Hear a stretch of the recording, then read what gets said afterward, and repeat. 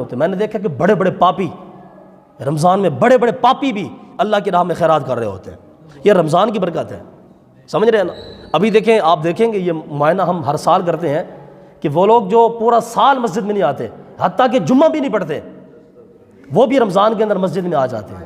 یہ رمضان کی برکت ہے اور میرے خیال سے ان کو آنے دینا چاہیے, سمجھ رہے نا. کچھ پکے نمازی ہوتے ہیں جو کچوں نمازی کو گھور گھور کے دیکھتے رہتے ہیں. وہ بھائی سال کے بعد آئے, آن دے تو خدا کے بندے جویں تو جنت قبضہ کر کے بیٹھا, مسجد بھی قبضہ کر لیا, آن دے. اگر کوئی بندہ گناہگار آؤں تو آن دے انہوں جناب. ایک روایت نہیں ہے بنی اسرائیل والی کہ جناب ایک بندہ جڑا بہ کی وہ پتہ نہیں کنے سال تو اپنے بت نوں پکار رہا سی, یا صنم یا صنم یا صنم.